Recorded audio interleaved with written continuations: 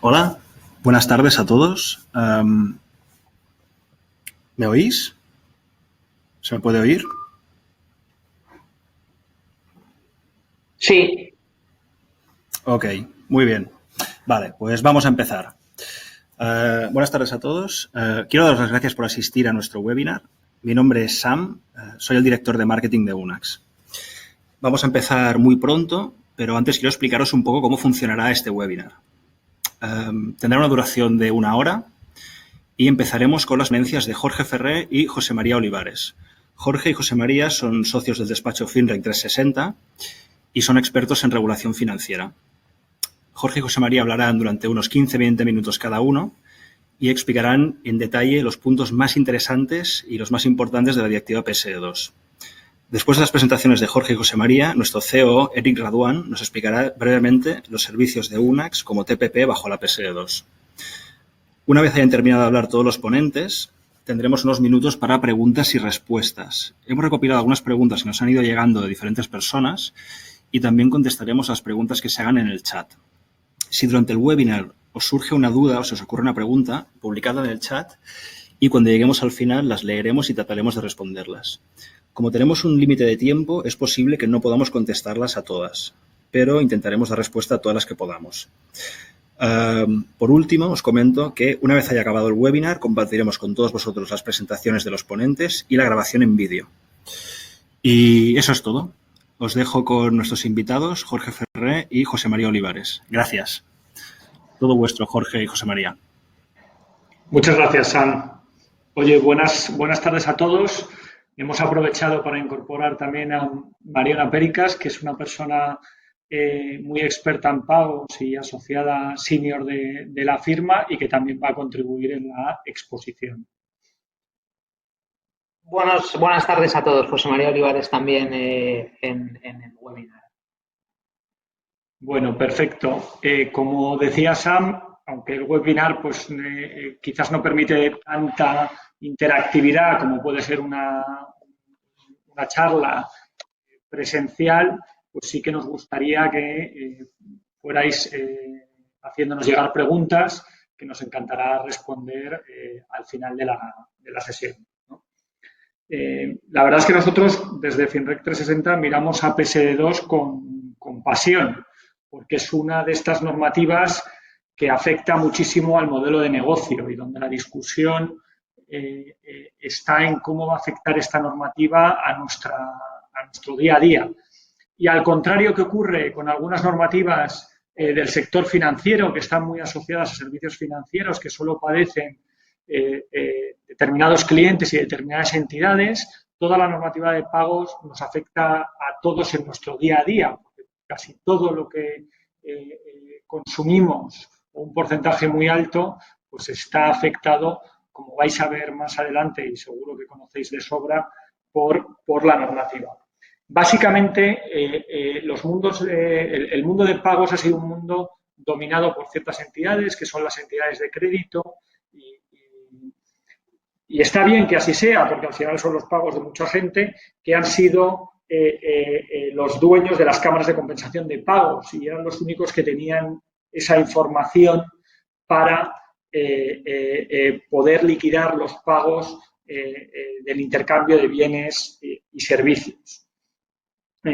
Esta normativa, como todas las normativas europeas, lo que tratan es de crear un mercado común, consolidado y donde se mejore la competencia. Y, por tanto, lo que pretende hacer es que haya un intercambio de pagos a nivel europeo y abrir el mercado también en cada uno de los países de la Unión Europea para que baje el precio de las transacciones. ¿Y cómo lo hace? Básicamente abriendo y cambiando 180 grados del criterio anterior, abriendo los datos de los clientes sobre los pagos a terceros proveedores de pago. ¿Y por qué lo hace? Lo hace fundamentalmente por razones tecnológicas. La norma, como suele ocurrir, cubre unas necesidades que ya se venían produciendo. La tecnología ha hecho que la evolución de los pagos en Europa y en otros países de nuestro entorno haya evolucionado. Y si veis las cifras actuales, los pagos por dispositivos móviles pues se van duplicando año a año y empiezan a ser un porcentaje muy relevante del total de los pagos que se producen en la industria. Y lo que ha hecho esta normativa ha sido regular realidades que ya existían, como son los servicios de iniciación o agregación, que, por ejemplo, presta UNACS. Por lo tanto, es una normativa apasionante porque afecta a negocio, porque nos afecta a todos nosotros en el día a día y porque afecta a la tecnología. Muy bien. La presentación, bueno, es extensa. Vamos a empezar por el punto de vista más normativo, porque es un punto que actualmente pues, está muy en el foco y ayuda, ¿no?, a centrar las áreas de interés. Lo primero, bueno, sabéis que España inició la transposición de la directiva muy tarde y a través de un Real Decreto Ley, ¿vale? Es lo que tenemos a fecha de hoy. Y esto, evidentemente, no ha ayudado a nadie, no ha ayudado a las entidades, no ha ayudado al regulador, no ha ayudado a los proveedores de servicio que están alrededor de todo este ecosistema. Actualmente, pues oye, en España falta por publicar el Real Decreto que desarrollará los requisitos de autorización para las entidades. Ese Real Decreto ya vio en modo borrador la luz. Y falta por publicar en su versión definitiva también la orden ministerial que establecerá los requisitos de transparencia de los contratos. El borrador de orden ministerial también vio la luz hace unos meses, con lo cual, pues bueno, ya más o menos sabemos por dónde van los tiros, aunque el estado normativo no está completado a día de hoy en su totalidad, ¿vale? Dentro del timeline regulatorio de PSD2, hay una fecha, bueno, ha habido varias fechas importantes este año. La primera fecha era el 25 de enero, que era donde acababa el primer plazo para que las entidades pudieran presentar toda la documentación para ser reautorizadas. Luego, el 14 de marzo, se inició la apertura de la fase de sandbox, de pruebas de las APIs, y en septiembre, el 14 de septiembre, en principio va a ser la fecha donde entrará en vigor el reglamento comunitario estableciendo todo el régimen de autenticación reforzada y comunicación segura, ¿vale? Con lo cual, pues bueno, son fechas marcadas y señaladas en el calendario que tenéis que tener en cuenta. Yo creo que es muy importante resaltar que esta es una normativa que, aparte de que tiene cierta complejidad en su entendimiento, también lo ha tenido en las distintas fechas de aplicación, porque si bien es muy transformacional, no hemos llegado a ver con plenitud todos los cambios que se van a producir fruto de esta normativa, porque no hemos llegado a la fecha de septiembre. Y la realidad es, y nuestra experiencia con los reguladores, es que hay un interés muy fuerte en que no haya un retraso de septiembre, pero la realidad es que hay muy pocas entidades autorizadas para prestar los servicios a día de hoy. Por tanto, hay muy pocas entidades que han podido probar la usabilidad de las APIs en los bancos de prueba. Por lo tanto, la excepción de reautorización de las APIs para las entidades bancarias tampoco se puede producir. Y esto es algo que además no solo pasa en España, sino en otros países de nuestro entorno. Entonces, no es descartable que haya, como hemos visto en otras normativas, recientemente una transposición más tardía de estas normas. ¿Ello va a afectar al mercado? Probablemente, aunque en la parte esencial, los proveedores de servicios que estaban prestando estos servicios con anterioridad a la fecha de entrada en vigor de la directiva pueden seguir prestando los servicios de iniciación y agregación, y actualmente pueden seguir funcionando por técnicas de screen scrapping como hasta ahora. Muy bien. Siguiendo con el estado del desarrollo normativo, bueno, para dar 5 highlights de los temas más importantes y en qué estado se encuentran, tenemos la siguiente diapositiva, ¿vale?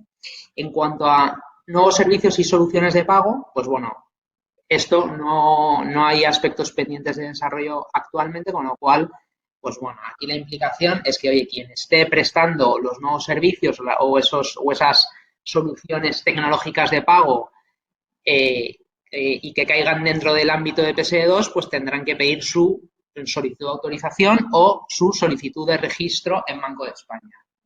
Si bien es cierto que estamos esperando el reglamento que desarrolle la ley y que pondrá los requisitos que solicitará Banco de España para la solicitud de la autorización como la del registro en caso de, por ejemplo, los agregadores, es verdad que Banco de España ya ha resuelto esta carencia o este retraso legislativo mediante las directrices de la EBA. Por lo tanto, es por eso que nosotros entendemos que ya es una parte resuelta.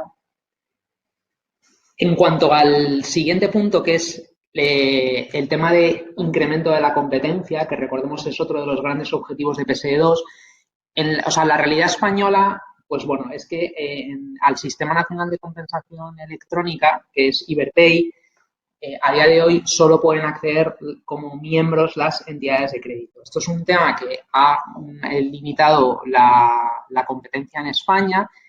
Está propuesto en alguno de los borradores de transposición de la directiva a nivel ley, está contemplada la modificación de la norma española para permitir que entidades como las entidades de pago y las entidades de dinero electrónico se pudieran conectar a Iberpay y ser miembro.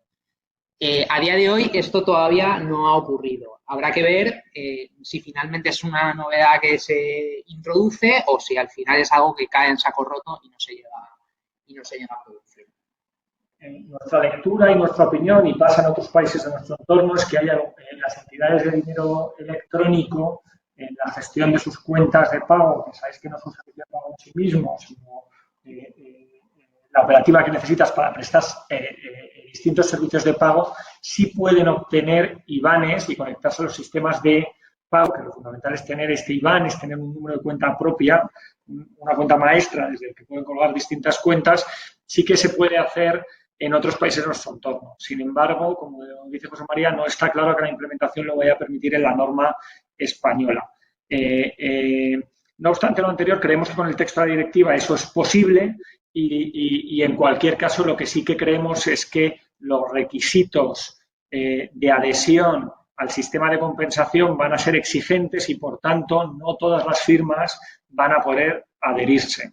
Es decir, si alguna entidad de dinero electrónico va a poder llegar a hacerlo, los requisitos que le van a pedir en términos de solvencia serán significativos, con lo cual vamos a empezar a ver en la industria española un esquema de servicios en cadena entre entidades que estén adheridas y otros jugadores que no. Y ya vemos en este movimiento que se está produciendo en el mercado entidades de crédito que están abriendo nuevas líneas de negocio para proveer servicios a estos nuevos entrantes en el mercado.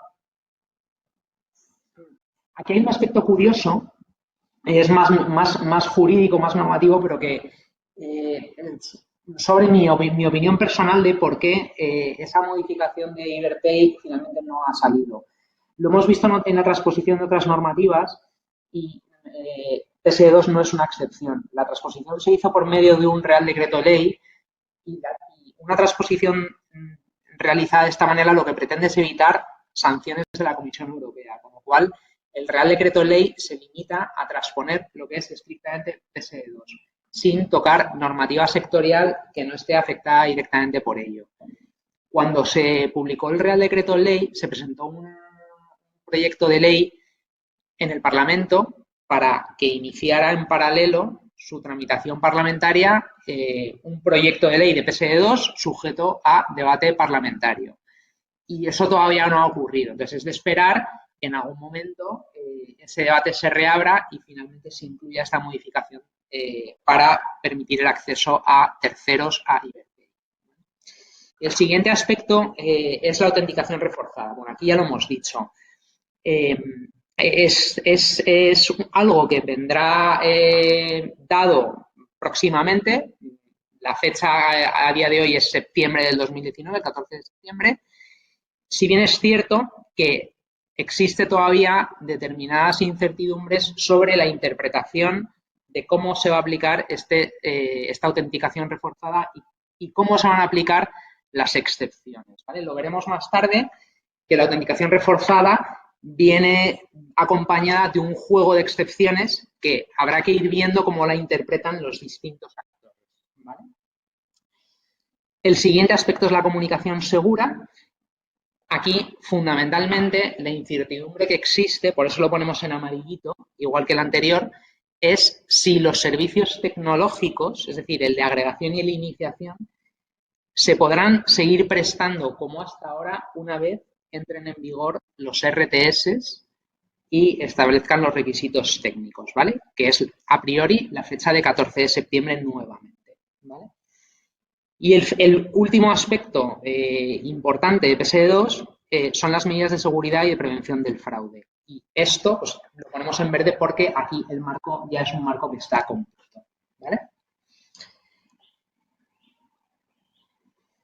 Respecto a los retos y oportunidades de esta normativa, son muchos. Casi os diríamos que infinitos, con cada cliente con el que nos sentamos y desde FinRec tenemos la suerte pues de estar trabajando con algunas de las principales fintech españolas, entre ellas Unax, y también con los principales bancos, algunos de ellos creando nuevas plataformas de negocio fuera de sus infraestructuras para desarrollar esta nueva normativa. Las aplicaciones son muy variadas y múltiples. Básicamente este es un juego de desintermediación, que tenga la relación con el cliente final y ocurre probablemente en la práctica totalidad de la industria financiera. La distribución, el que tiene el punto de contacto con el cliente, se lleva el porcentaje más alto de la cadena de valor y del precio, ¿no? Entonces, esta es una guerra de desintermediación. Fijémonos en los agregadores. Los agregadores lo que quieren es tener la relación con el cliente, ofrecerles distintos productos y de ahí la cadena para atrás va a ser poner en competencia a los productores en el mercado mayorista por precio. Por lo tanto, es un mercado en el que es cierto que va a haber más competitividad, es cierto que va a bajar el precio y el que tenga la relación y el punto de contacto con el cliente y la seguridad con el cliente final es el que va a ganar la partida. Nosotros aquí vemos básicamente dos ámbitos. Un mundo estrictamente relacionado con los servicios de pago, que es un servicio que son servicios de volumen, donde los ingresos son pequeños por cada una de las transacciones y tienes que ir a mercados grandes y hacer mucho volumen, y todo lo que no son servicios de pago que están muy afectados también por esta normativa, y que nuestra tesis es que más pronto que tarde va a haber una regulación para evitar las técnicas de screen scrapping para otros productos como pueden ser los instrumentos financieros o los seguros. En este contexto, yo creo que el primer análisis que hay que hacer es por qué tenemos esta normativa, qué viene a proteger esta normativa. Y esta normativa no es más que un trade-off entre la seguridad en el acceso a los datos, unos datos que eran también de los clientes, pero que estaban muy centralizados en entidades de crédito. La normativa quiere que esos datos sean de los propios clientes y la apertura de esos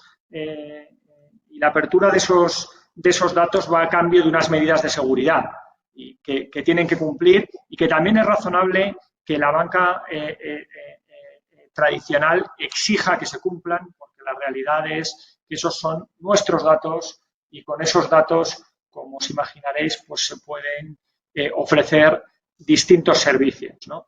Y al final el dueño de los datos, o el que tenga la información y el punto de contacto con el cliente, es el que le va a poder ofrecer otros productos que probablemente no están regulados en la normativa PSD2, como pueden ser créditos al consumo, pero que sabéis que son de los productos que más margen otorgan en el sector financiero. Si veis las cuentas de resultados de los bancos, los productos que más margen producen son precisamente los préstamos, sobre todo los préstamos al consumo, la distribución de seguros y la distribución de fondos de inversión. Entonces, esas son tres piezas del mercado financiero a las que todo el mundo está mirando con modelos de negocio parecidos a los que se regulan en PSD2. En PSD2, como sabéis, lo que regula la normativa son dos nuevos servicios que vamos a entrar más adelante, los servicios de iniciación y los servicios de agregación. Los servicios de iniciación básicamente es que a través de dispositivos tecnológicos, en un porcentaje altísimo a través del móvil, verifiques para hacer un pago si hay dinero en una cuenta y hagas y ordenes una transferencia. Esto unido a la nueva normativa que sabéis que ha entrado en vigor, aunque operativamente todavía no están todos los bancos, de transferencias instantáneas, es una amenaza enorme a las tarjetas. Imaginaros un mundo en el que la única diferencia entre una tarjeta de crédito que aseguraba el pago al comerciante y una transferencia en la que yo podía hacer la transferencia y luego ir a mi casa y cancelarla, si junto un servicio de iniciación con pagos instantáneos en transferencias, la única diferencia entre una iniciación y un pago con tarjeta son que en uno necesito 16 dígitos y en otro 20. Si tengo una entidad, un gran retailer que me incentiva para usar un servicio de iniciación, incluir mi número de cuenta en vez de mi número de tarjeta, las tarjetas con el coste de emisión, el coste de adquirencia, van a reducirse. Y ya vemos signos inequívocos en el mercado, como las adquisiciones que ha hecho Mastercard o nuevos modelos de negocio de Big Techs en este sentido. Y ahí va a haber una reducción de costes importante y hay que ver si se traduce en un ahorro para el usuario de servicios de pago final o no. Y el servicio de agregación de cuentas, que es un servicio en el que, si vemos los datos de números de cuenta por cliente financiero en España, que son de 1,1, 1,2 cuentas por cliente, un servicio de agregación, si tu banca telemática online funciona correctamente y te da unas utilidades adecuadas, no parece que sea muy necesario porque no tengo que agregar información de distintas entidades financieras. Y, sin embargo, hay un interés enorme de las entidades por prestar estos servicios de agregación. ¿Por qué? Porque el servicio de agregación es una forma en la que, con un único punto de contacto desde el móvil, voy a estar interactuando con mi cliente y, como os decía, todo lo que va a estar detrás de eso va a competir en el mercado mayorista por precio. Esto mismo, vemos que hay distintos enfoques en la industria. Hay gente que lo está utilizando de una manera defensiva únicamente para que no haya otras entidades que ofrezcan este servicio de agregación y que desintermedien tus productos. Y por el otro lado, porque, como os decía, hay mucho margen en otros productos que no están afectados por la normativa PSD2 directamente, como pueden ser los seguros, los préstamos o los instrumentos financieros. Y salirte de esa, tener el punto de contacto con el cliente para ofrecerle este tipo de productos y desintermediar a la entidad financiera con la que tienes un contacto directo, es un cambio en el modelo de negocio de 180 grados.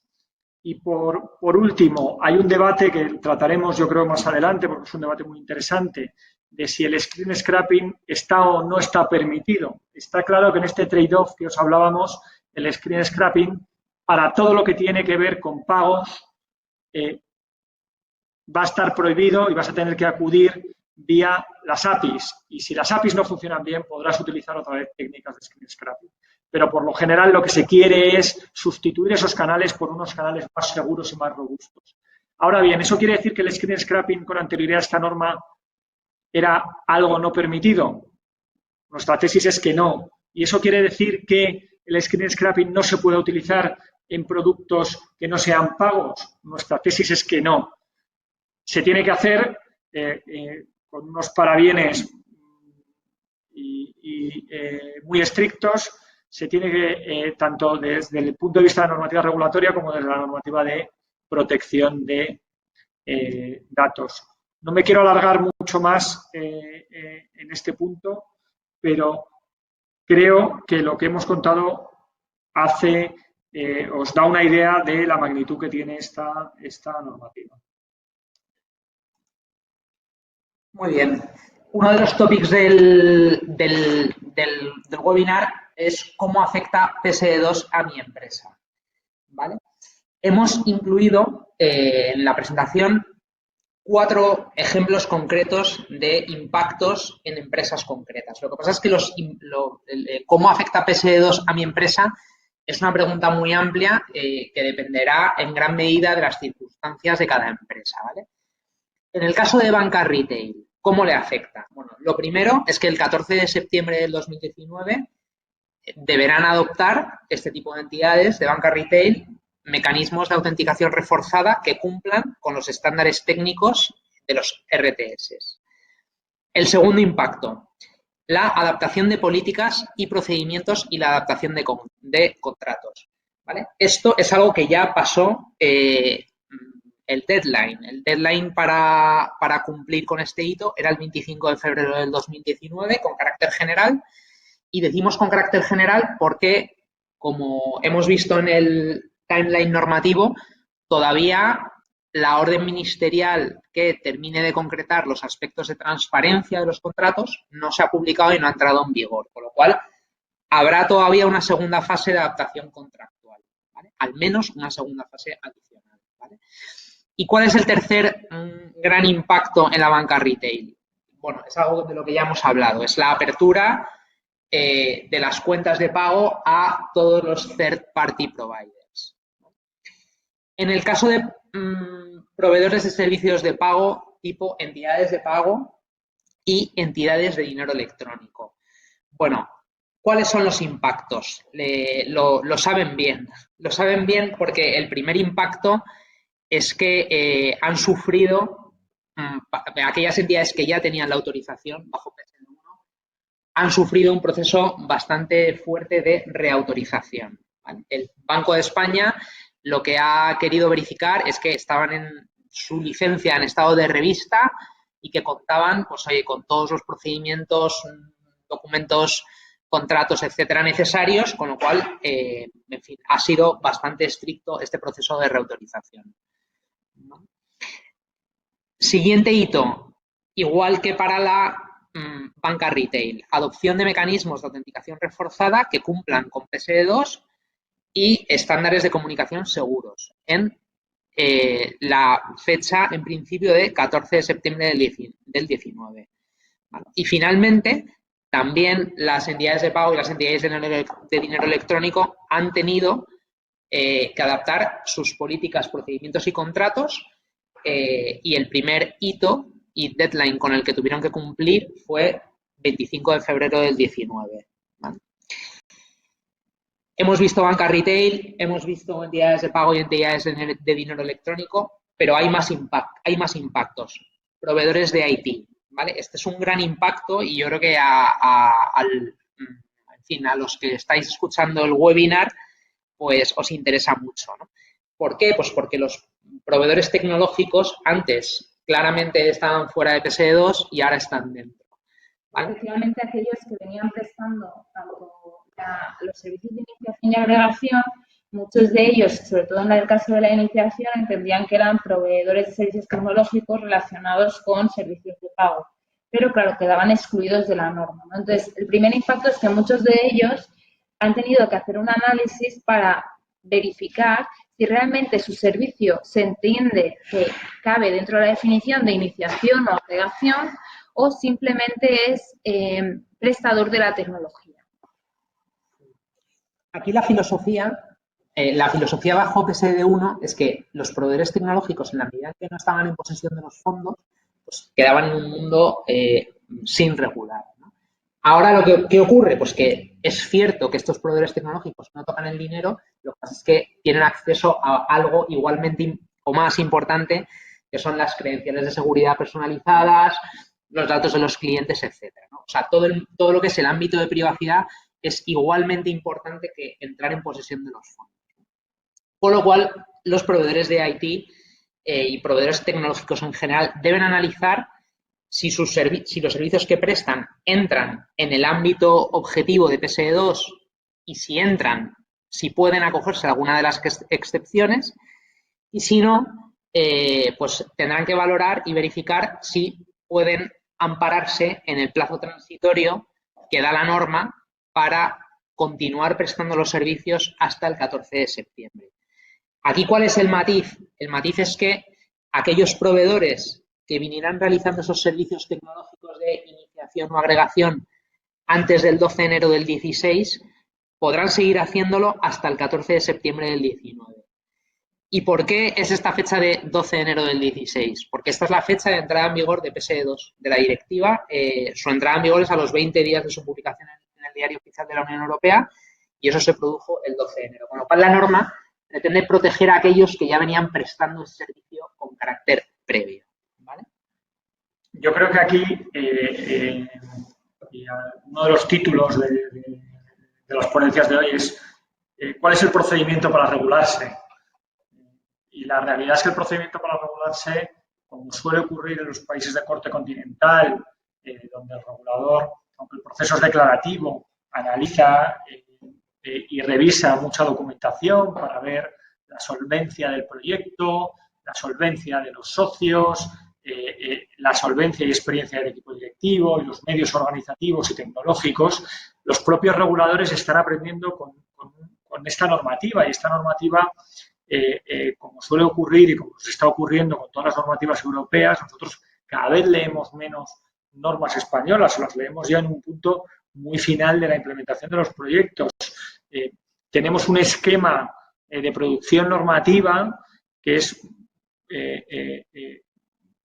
muy prolijo y provee de mucha información. Entonces, no solo en las directivas o los reglamentos de primero o segundo nivel, sino que luego todo lo que viene vía Q&As hace que haya mucha exigencia y exhaustividad en todo lo relacionado con servicios de pago.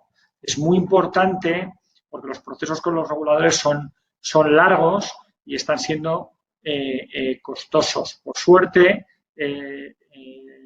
Banco de España, en este caso, que es, como sabéis, la entidad encargada de la autorización de este tipo de licencias, pues está siendo posibilista y aunque pues llevamos con muchos expedientes con ellos, pues mucha didáctica y mucha explicación, creemos que los expedientes que estamos llevando pues van a salir todos de manera favorable y además creemos que van a salir en un periodo de tiempo razonable.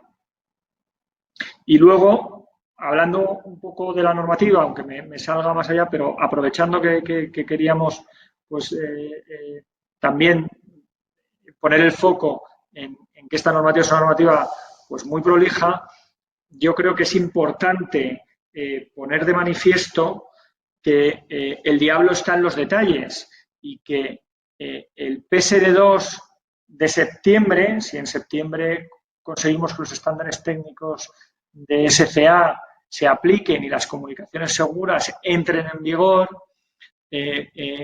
desgraciadamente no va a permitir que los servicios se presten en igualdad de condiciones como se vienen prestando ahora por estos proveedores, porque no hay que engañarse, esta es una normativa donde hay unos jugadores existentes que van a tener que bajar sus comisiones y compartir parte de su negocio con unos jugadores entrantes y, por tanto, hasta que toda la información fluya de manera ordenada y hasta que se aclaren muchos criterios que hay sobre qué información tengo que compartir y si esa información es esencial para la prestación de mis servicios o no, y ahí hay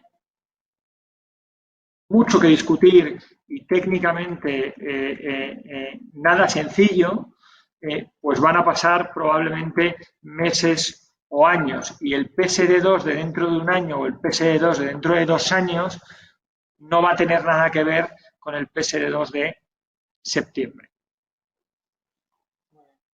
Y ya por último, para acabarla con la diapositiva de cómo afecta PSD2 a mi empresa, hay que mencionar a los comercios.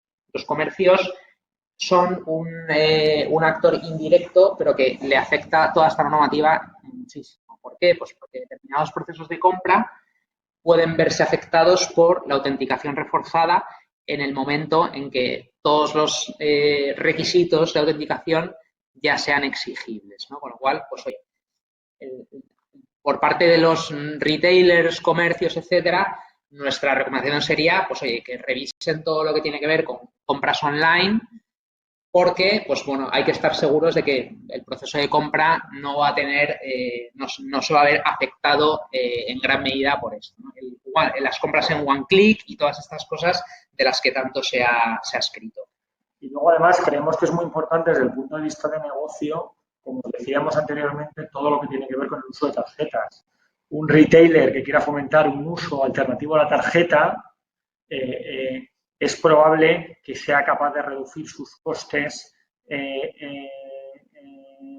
de adquisición de manera notable.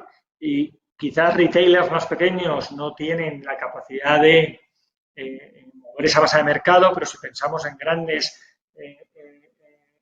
comercios españoles que tienen presencia incluso a nivel mundial, y yo creo que a todos se nos viene a la cabeza un par de nombres, son capaces de mover a muchos miles de consumidores y a adelgazar su cuenta de gastos de manera significativa.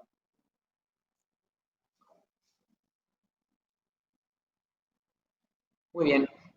Otro de los topics del webinar es, ¿debo estar regulado? Bueno, yo creo que ya hemos hablado de esto, pero para darle otro barniz, simplemente apuntar que bajo PSD2 teníamos unos servicios de pago ya listados y existentes, y ahora se añaden 2 servicios de pago nuevos, que es el servicio de iniciación de pagos y el servicio de información sobre cuentas.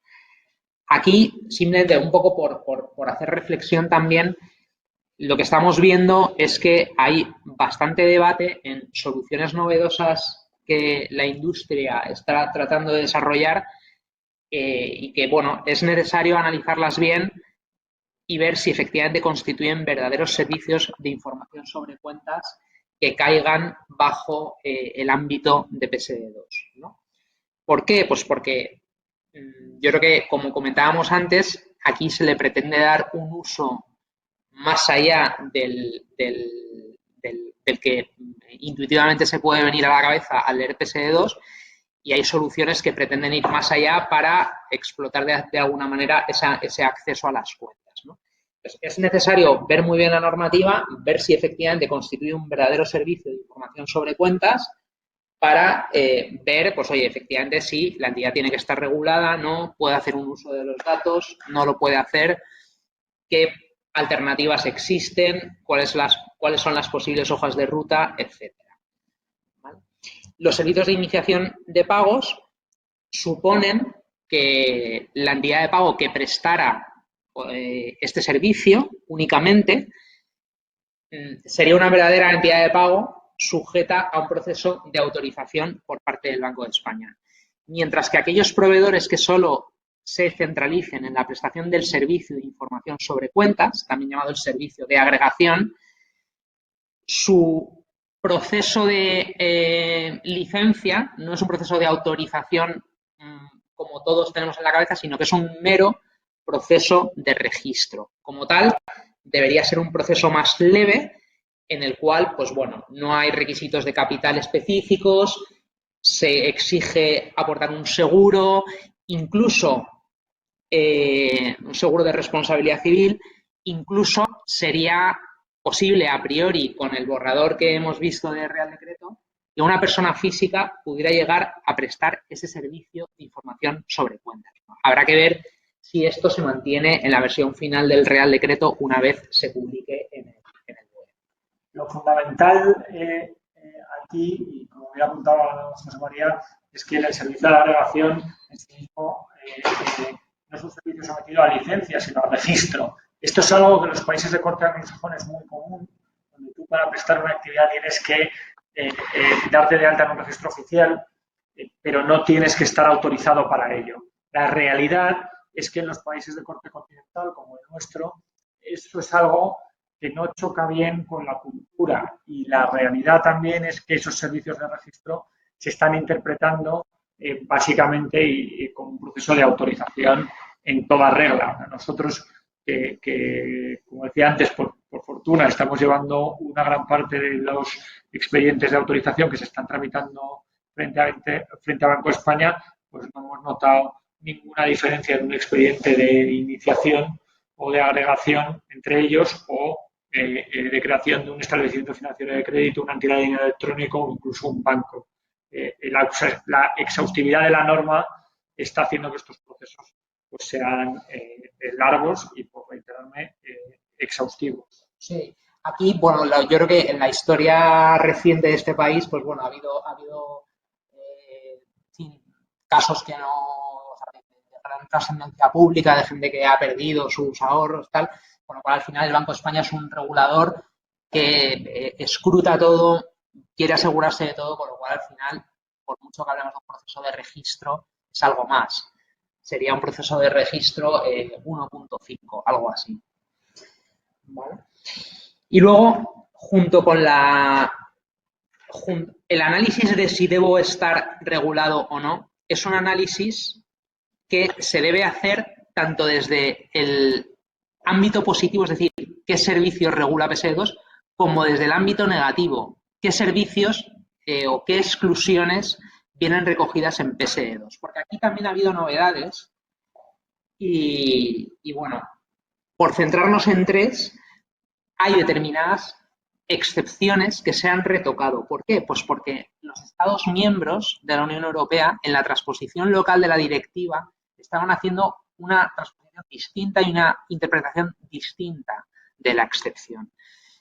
Y por poneros los ejemplos concretos, la excepción del agente comercial autorizado, es decir, alguien que está actuando por cuenta del ordenante o del beneficiario, que es una excepción clara, pues se ha querido matizar por parte del legislador europeo y ha sido recogido ya en nuestro ordenamiento. Con lo cual, aquí hay que tener cuidado porque si alguna de las entidades piensa que está actuando como agente comercial autorizado y que por lo tanto está en el ámbito negativo de PSD2 y por lo tanto no necesita tener autorización, bueno, pues tiene que saber que esta excepción es una excepción con cierta polémica, de la que se ha hecho abuso en general en la Unión Europea. Yo creo que en España no tanto, pero en la Unión Europea sí, y se está viendo de manera muy limitada por parte del regulador, ¿vale? Está haciendo una interpretación muy limitada de esta excepción.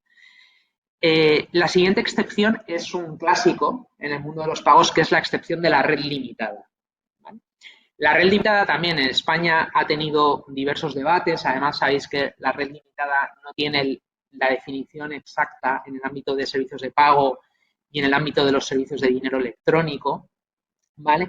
Y lo que se ha querido hacer en PSD2 es que exista una obligación continuada de los proveedores que recurren a esta excepción, de tal manera que tengan que hacer un reporte anual a Banco de España para que Banco de España pueda valorar cuánto está facturando esa red limitada, ¿vale?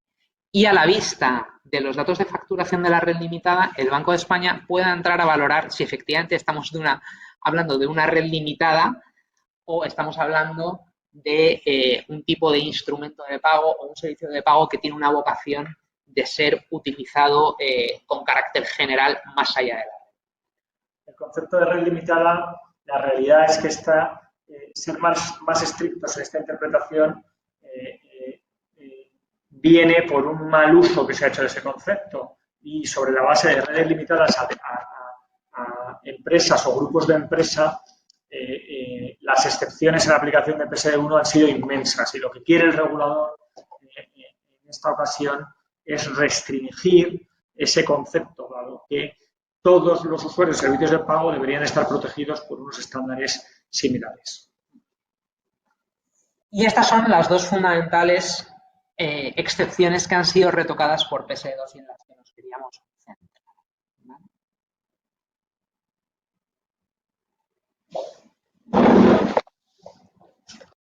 Bueno, esta parte de la sesión que habíamos preparado, lo que queríamos era un poco revisar, bueno, un poco los nuevos servicios de pago que ya hemos contado casi todo, ¿no? Pero empezábamos por el servicio de iniciación de pagos. Como sabéis, el servicio de iniciación de pagos, y como ya hemos dicho, además, pues viene un poco a resolver o a ofrecer una alternativa que no solo es eficiente a efectos de lo que es la transacción, sino que también a efectos de usuario era bastante interesante porque pues ya no tenías que incluir todos los datos de la tarjeta. Si quieres hacer un pago con el móvil, pues sacar ahí la tarjeta, ponerle los códigos, las caducidades, sino que directamente te dirigían a tu banca online con tu PIN y tu usuario, se iniciaba la orden para ejecutar el pago. Lo que es muy importante de un iniciador y que por eso no estaban regulados como tal es que ellos no ejecutan los pagos, ¿no? El pago lo sigue ejecutando y por eso gran parte de la responsabilidad, si luego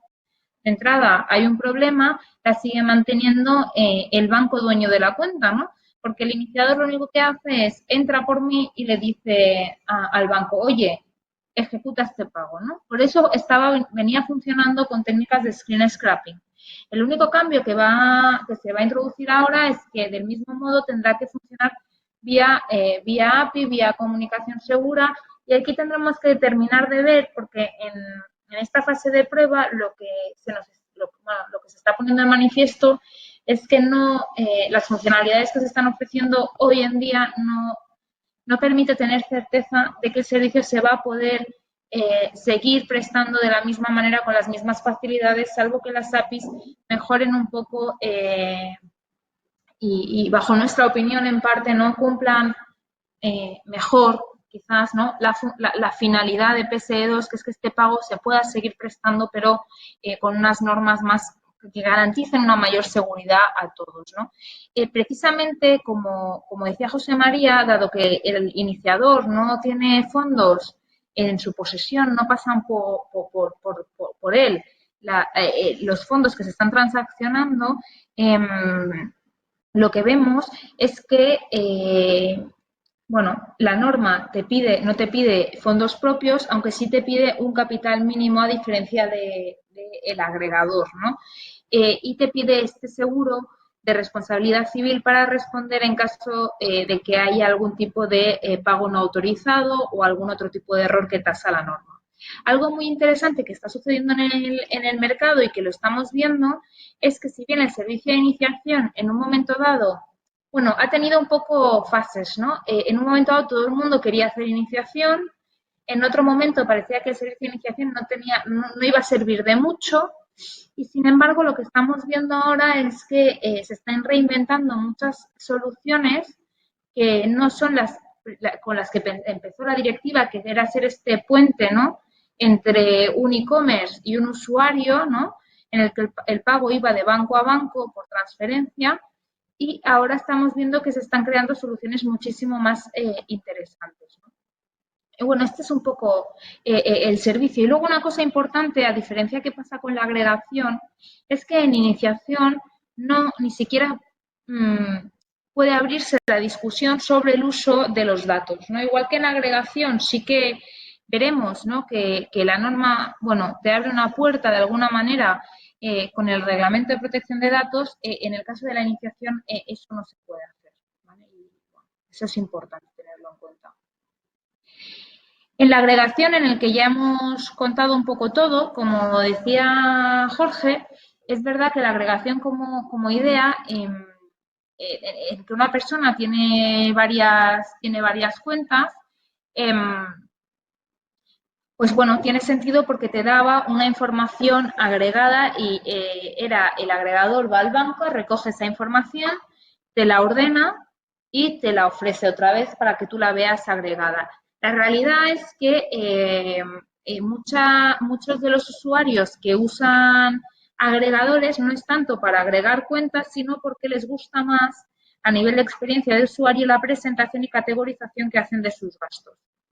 Es verdad que como decía Jorge, gran parte del valor que se le está dando a la agregación es más por el uso de los datos, evidentemente, ¿no? Que no tanto por el servicio en sí mismo, que a priori nadie, o no, al menos, bueno, yo no lo conozco, nadie está ofreciendo un servicio de agregación a cambio de un precio, ¿no? Pues a priori bueno, no se le ha visto ese suficiente valor, ¿no? Como para pagar por ese servicio, ¿no? Sin embargo, luego se le puede sacar su rentabilidad. Una cosa muy importante respecto a la definición, esto quizás es un poco más técnico, es ¿qué es exactamente el servicio de agregación, ¿no? Del servicio de información sobre cuentas?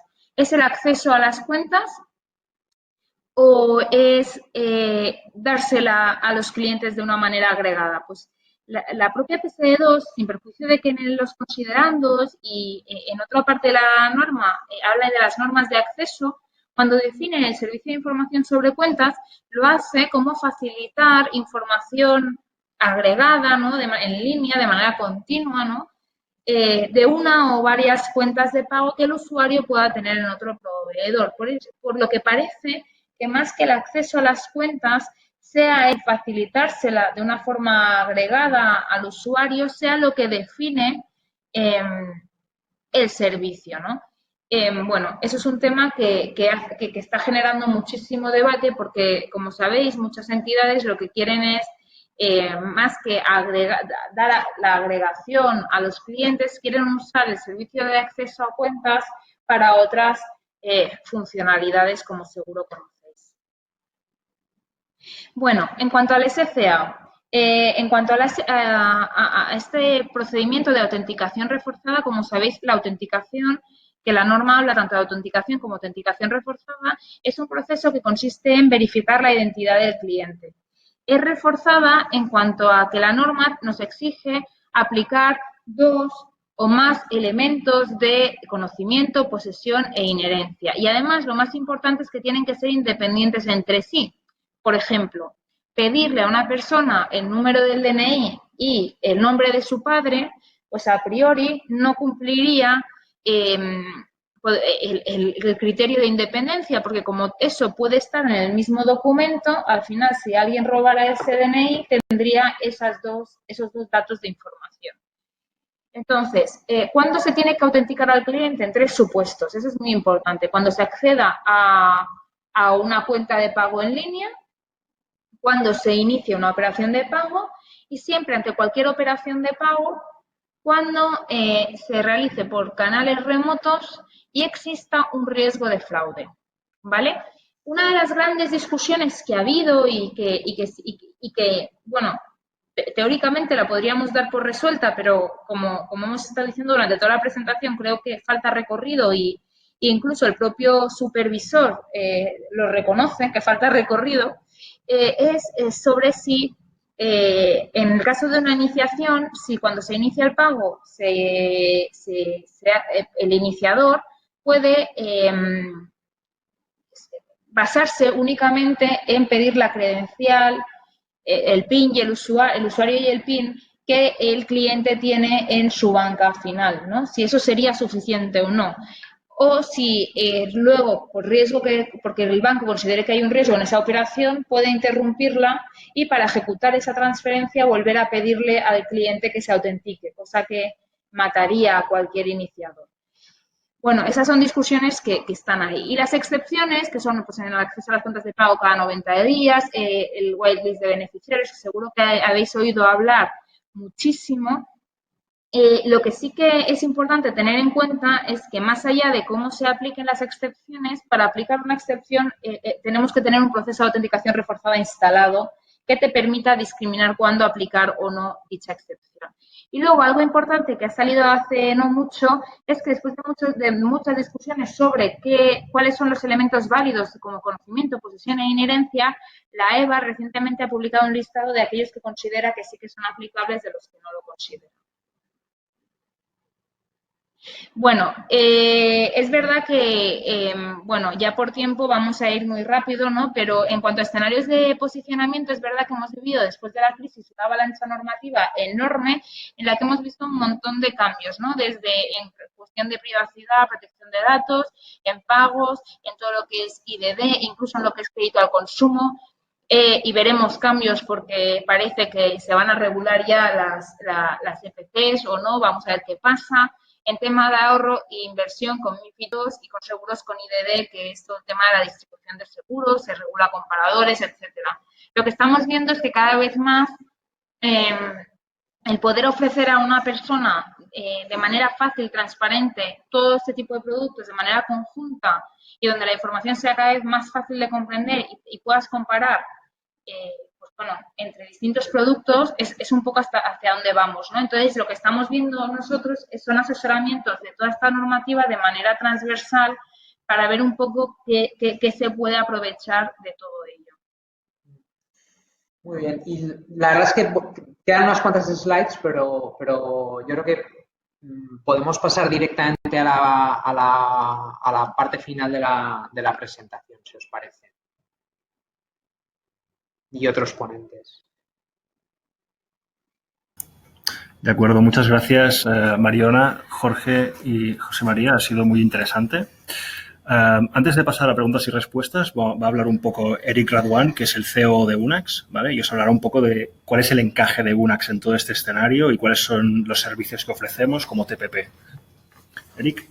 Sí, gracias. Bueno, en primer lugar, gracias al equipo de FinRec, a Jorge, a José María y a Mariona. Yo creo que, bueno, se ha mostrado en esta presentación una perspectiva muy completa de los diferentes detalles de la aplicación de la norma PSD2. En este sentido, nosotros creemos que esto es en sí un reto para todos los TPPs. Para todas las empresas que afrontan esta situación, pero en contrapartida nosotros realmente creemos que se abre una oportunidad para todas aquellas empresas que justamente quieran aprovechar este momento para integrar pues dentro de sus modelos operativos diferentes servicios, como por ejemplo servicios de pago y agregación. Esto se haría pues obviamente mediante la integración de terceros de confianza, de TPPs, como podría ser en este caso Unax. En este escenario, ahora os mostraremos en pantalla una presentación. Querríamos hacer un breve resumen de los servicios. En este escenario, lo que hace Unax es posicionarse como una plataforma Banking as a Service, donde se ofrece una amplia gama de servicios y productos a través de nuestras APIs. Este punto es importante porque de esta forma permitimos a nuestros clientes la posibilidad de integrar fácilmente pagos y otros servicios en sus propios modelos de negocio. Esto les permitiría a nuestros clientes crear diferentes soluciones que pueden ser flexibles, a medida, pero en cualquier caso son soluciones que obviamente son escalables. En este sentido sí que queremos remarcar un punto que creemos que es relevante en este sentido, que es el hecho de unificar todos estos servicios en una misma plataforma, en esta plataforma Banking as a Service. Nuestros clientes solamente tendrían que hacer una única integración y poder así definir y modelar esas operativas de servicios de pago haciendo la interlocución solamente con un único proveedor. Eso en sí reduce la complejidad de la integración de este tipo de tecnologías, incluso la parte más burocrática, y tienes la garantía desde el punto de vista de nuestros clientes que cuentas con la capa de regulación que en este caso un TPP te está otorgando, ¿no? Para ser un poco breve y para finalizar un poco, dado que FinRec también ha hecho un inciso en la descripción de los diferentes servicios, simplemente queríamos mostrar pues, una vista general, una visión general de los servicios que ofrecemos desde Unax como TPP de confianza. En este caso, tenemos los servicios de agregación bancaria o información sobre cuenta que comentaba Mariona anteriormente. A este servicio se le puede añadir diferentes funcionalidades, como por ejemplo la categorización de movimientos de la información que se lee sobre cuentas. Por otra parte, también disponemos de iniciación de pagos, obviamente. En este sentido también tenemos dos modalidades, la modalidad de transferencia directa y la modalidad de pago mediante tarjeta de crédito. Para operativas un poco más completas, disponemos también servicios de dinero electrónico que también utilizan cuentas de pago pues, para construir estas operativas un poco más complejas. Y por último, también disponemos de 2 herramientas que nosotros creemos que son fundamentales porque muchas veces, de hecho en la gran mayoría de operativas de servicio de pagos aparecen y son necesarias, que son las herramientas de prevención de blanqueo de capitales. En este caso sería herramientas de consulta a listas públicas para esta finalidad, que son los servicios de AML. Y también contamos con herramientas de KYC que nos ayudarían a identificar los usuarios mediante la verificación de documentos de identidad. Digamos que este es el set completo de servicios que ofrecemos desde Unax y que creemos que pues nuestros clientes van a poder tener la oportunidad, como decíamos antes, de aprovechar este momento de cambio de regulación pues para generar o nuevos modelos de negocio o incluso mejorar las operativas suyas pues en aras de implementar la transformación digital o alguna otra variante. En cualquier caso, simplemente queríamos compartir con vosotros una visión de estos servicios, así que igualmente, adicionalmente, queremos invitar a todos aquellos pues, participantes del webinar que si requieren de alguna información un poco más completa o si tienen alguna duda referente a estos servicios, se pongan en contacto con nosotros, obviamente, y bueno, pues estaremos encantados de contestarles. Creo que ya damos paso a la parte final, que creo que también es importante atender a diferentes preguntas que nos han planteado durante la sesión. Así que, bueno, doy paso a mi compañero Sam. Sí, gracias, Eric. Sí, durante la sesión nos han llegado algunas preguntas y, bueno, voy a empezar directamente. Voy a leer algunas de ellas y Jorge, José María y Mariona pues os podrán resolver vuestras dudas. ¿De acuerdo? Vicente nos ha preguntado, nos pregunta sobre el reglamento eIDAS y nos pregunta, ¿la autenticación reforzada que se dicta el 14 de septiembre de 2019 estará ligada con el reglamento eIDAS que se ha de implementar en enero de 2020? Jorge, María. Sí. Bueno, en cuanto más que la autenticación reforzada, que bueno, habrá que ver si finalmente tiene mayor o menor vinculación. El tema está sobre todo, y es donde más dolores de cabeza y sobre todo los proveedores que ya venían prestando estos servicios están teniendo, es para los certificados que permitan las comunicaciones seguras entre iniciadores, agregadores, emisores de tarjeta y los gestores de cuenta, ¿no? Porque lo que permite es identificarse ante el gestor de la cuenta, porque es el requisito fundamental, incluso cuando se haga uno de los requisitos, cuando hay screen scrapping o como medida de contingencia, es que tú tienes que tener alguna manera de identificarte ante ese gestor de cuenta, ¿no?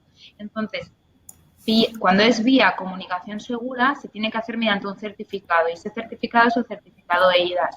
Y ahí es donde hay una cierta problemática porque a día de hoy todavía no se está dando una solución clara ni está del todo cerrado qué tipo de proveedores van a finalmente funcionar para ello y si realmente todo el mundo va a conseguir ese certificado a tiempo para el 14 de septiembre estar en funcionamiento. Muy bien, gracias. Otra pregunta que nos ha llegado, y esto nos la han preguntado varias personas, de hecho, es ¿qué consideráis respecto a los rumores sobre el aplazamiento de la entrada en vigor de los RTS de SCA y comunicación segura?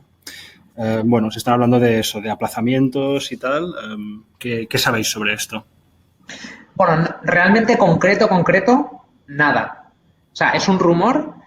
No, nos cuesta pensar que se vaya a posponer la entrada en vigor. Es cierto que hay cierto rumor y que se hablaba de que iba a haber unas reuniones en agosto, a nivel europeo, etcétera. Pero bueno, hay que darles una credibilidad, yo diría, media-baja.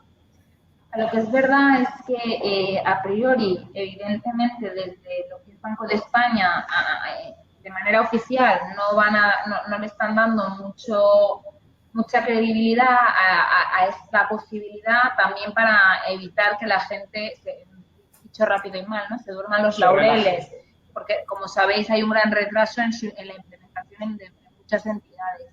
Entonces, ¿qué está pasando? Que este retraso no solo está en España, está en muchos otros países, pero ese retraso que implica que en el fondo es un incumplimiento por parte de las entidades no podría ser una justificación para que se retrase la aplicación. Pero ¿qué pasa? Que es que los propios muchos estados, no solo España, han incumplido el plazo de transposición de PSE2, ¿no? Y eso tiene la consecuencia, uno, de lo que hablábamos antes de los certificados ECAS, por ejemplo, que al haber muchas entidades que todavía no han obtenido la autorización o el registro, no tienen el número de registro en la autoridad nacional competente, en nuestro caso Banco de España, lo que impide en gran medida que se obtenga el eIDAS, que es lo que permite luego la conectividad, ¿no? Entonces, a estas APIs, ¿no? Con lo cual, hay razones más que suficientes como para querer, al menos, ¿no?, que se retrase o que haya o que se amplíe el plazo de pruebas, pero bueno, no tenemos al menos ningún dato no tenemos certeza de que eso vaya a pasar. Ahora, la rumorología existe y hay hechos que nos pueden llevar a pensar que eso podría ocurrir, sin perjuicio de que, pues, tendremos que esperar a agosto probablemente a ver si se publica algo o no. Y en ese caso, vamos, os avisaremos rapidísimo. Esperemos que no pase como con MiFID II, que se publicó una norma muy relevante, pues no me acuerdo si fue un 3 de agosto. Un 4 de agosto. 4 de agosto. Eso es muy típico también. Eso pasará a mitad de agosto, seguramente. Ok, muchas gracias.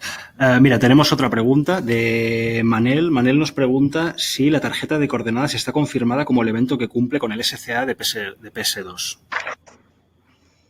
Pues mira, la tarjeta de coordenadas, ¿vale? Siempre, tendría como código de seguridad dinámico, sí que ha sido confirmado como elemento de posesión. Lo que pasa es que, como sabéis, con un elemento no va a ser suficiente. Entonces, sí, la EBA considera que sí puede ser, siempre y cuando cumpla con la condición de dinamismo, que pues como sabéis, por ejemplo, en muchas entidades te exigen pues ir cambiando, te caducan, etcétera. Pero vamos. Pero no es un elemento de posesión que en general estemos viendo. En general, ¿no? Yo creo que se tratan de adoptar soluciones más tecnológicas, diría. Pero en esta opinión que publicó la EBA el 21 de junio, ¿vale? Que, bueno, nosotros creo que ya en la web podéis acceder a la alerta que preparamos de este tipo de opiniones que se van publicando. Hicimos un resumen porque, por ejemplo, bueno, como curiosidad, el reconocimiento de venas se reconoce como un elemento de inherencia, ¿no? Que yo de momento no he visto nadie que lo use, pero vamos, lo reconocen como tal. Las OTPs también, y las tarjetas de coordenadas, entendida como tarjeta acreditada por código de seguridad dinámico de la tarjeta también. Vale. Lo que sí que no, por ejemplo, como es la tarjeta cuya posesión se acredite por los datos de la misma tarjeta, que queden impresos en la misma, no. Eso es lo que no. De acuerdo, gracias, Mariona. Mira, tenemos un par más y ya, como nos hemos pasado un poco de tiempo, haremos estas dos preguntas más y ya lo daremos por finalizado, ¿vale? La primera es de Jorge y Jorge pregunta si podíais poner un ejemplo de una red limitada. Sí, una red limitada son, por ejemplo, una cadena de tiendas, ¿vale? O de establecimientos donde solo se pueda adquirir productos de una sola naturaleza y esa red de tiendas no crezca constantemente. Eso, pues bueno, es una definición clásica, diría, y aquí el debate sobre todo está en que, oye, hay determinadas redes que en nuestra cabeza son redes limitadas, pero que al final la vocación es que vayan incrementando el número de establecimientos cada vez más. Y además, incrementando también la tipología de productos que puedes adquirir en ellos. Entonces, esa red limitada es la que está un poco bajo la lupa. ¿Por qué? Pues porque al final tiene vocación, o sea, los instrumentos de pago que se utilizan ahí tienen una vocación de uso más general, no tan limitado. De acuerdo. Y vamos con la última. Esta viene de Román y Román pregunta, ¿está clara la tendencia del sector para la gestión de los consentimientos? ¿Quién lo gestiona y cómo? Bueno, aquí yo diría que el tema del consentimiento es un tema central. O sea, al final es como tú estás autorizando de alguna manera las operaciones de pago y todo lo que lleva consigo, ¿no? Además, ahora todo el tema de los consentimientos bajo PSD2 lleva consigo un juego de responsabilidades y aquí las entidades además van a tener una responsabilidad más acotada. Entonces es un tema muy importante. Lo que pasa es que la norma es una norma general, ¿no? O sea, el consentimiento al final se puede transmitir por cualquier canal que ofrezca trazabilidad, en definitiva. Esto es un tema de prueba. Entonces, oye, tenemos los consentimientos en papel que cada vez se ven menos y cada vez más, pues oye, consentimientos de otro tipo. Pero no es un numerus clausus que decimos los abogados de supuesto de lista tasada de casos, ¿no? El consentimiento se puede prestar, pues oye, desde verbalmente si queda trazabilidad o por dispositivos electrónicos que también ofrezcan esa trazabilidad. Lo que sí que es importante es que eso esté, lo que son la parte contractual, eso quede muy claro. Porque lo que también estamos viendo es que si bien el consentimiento debe estar regulado contractualmente y así PSD2 lo recoge, en la mayoría de los contratos que se venían usando, siempre se dice, el consentimiento es muy típico, ¿eh? El consentimiento se regulará de la forma que pacten las partes, pero luego no se llegaban a pactar, ¿no? Entonces, bueno, es importante que eso quede claro, porque la norma incluso te permite que el consentimiento se dé posteriormente a la operación de pago, o que se dé un consentimiento para un conjunto de operaciones de pago. Entonces, la norma en ese punto te da más flexibilidad que, por ejemplo, en la autenticación, ¿no? Entonces, es importante que esa flexibilidad, por seguridad de los propios proveedores, es importante que quede clara a nivel contractual. De acuerdo. Muchas gracias. Con esta pregunta vamos a dar por terminada la sesión porque nos hemos pasado un poquito ya del tiempo. Entonces, equipo de Finrec, si queréis dejarnos con algún mensaje para despediros o... Bueno, pues que muchas gracias a todos los que habéis participado y que nada, oye, que esperamos que os haya resultado clarificador en determinadas cuestiones y dudas que tengáis y que, oye, que a vuestra disposición para resolver dudas adicionales que os puedan surgir. Lo mismo, nada que añadir, que muchísimas gracias a todos por la paciencia y por el interés en la ponencia. Genial. Por nuestra parte, lo mismo. Animar a todas aquellas personas que han asistido al webinar que si tienen alguna duda o tienen alguna información que requerir, estamos a su disposición para aclarar cualquier cosa. Así que nada, muchas gracias a todos. Sí, gracias a todos. Como comentaba, nos hemos dejado algunas preguntas sin responder porque no nos queda mucho tiempo, pero como ha comentado Eric, podéis referirnos directamente a nosotros. Os pasaremos las presentaciones que han usado nuestros ponentes. También compartiremos con vosotros el vídeo de la presentación por si queréis compartirlo con alguien, si queréis revisionarlo, etcétera. ¿Vale? Y os pasaremos nuestra información de contacto por si tenéis preguntas más específicas. Podéis contactar tanto con nosotros como con la gente de Finrec 360 y estaremos encantados de atenderos. Y con eso os dejamos. Muchas gracias a todos por asistir a este webinar. Espero que os haya parecido interesante y espero que paséis un buen verano. Gracias. Adiós.